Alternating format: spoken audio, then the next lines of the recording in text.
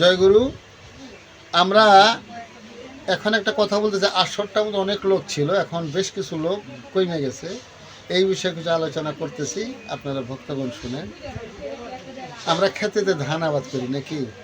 ধান আবাদ করলে পরে ধানটা যখন পিটিয়ে রাখি তখন আনুমানিক মনে হয় যেখানে 10 মণ ধান হবে নাকি? 10 মণ ধান হবে। কিন্তু আমাদের ওই ক্ষেত্রে আমাদের লাগছিল পোকা। পোকা লেগে এমন চুষা চুষছে যে ওইখানেতে 12 আনা আমার হয়ে গেছে চিটা।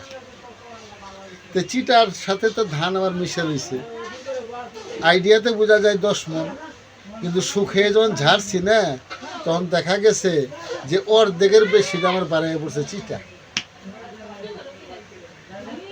অর্ধেকের কমটা হয়েছে আমার ধান।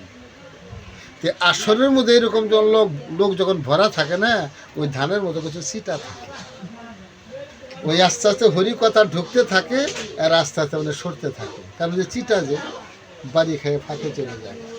আর যে কটা গোটাল ধান আপনাদের মতন এই যেরকমভাবে গোটাল না গিয়ে এরকম করে থাকে। কারণ ওই ধানটা দিয়ে সিদ্ধ করে চাউল বাইর করে ভক্ত সেবা লাগে, গোবিন্দ সেবায় লাগে। আর যেগুলো চিটা ওগুলোকে কি করতে হয়, রোদ্রে শুকিয়ে হাইরে তখন বলছে যে এটা দিয়ে আমরা সুন্দর পাইলাতে চুলাতে নিয়ে আমরা জাল জ্বালাইতে পারবো।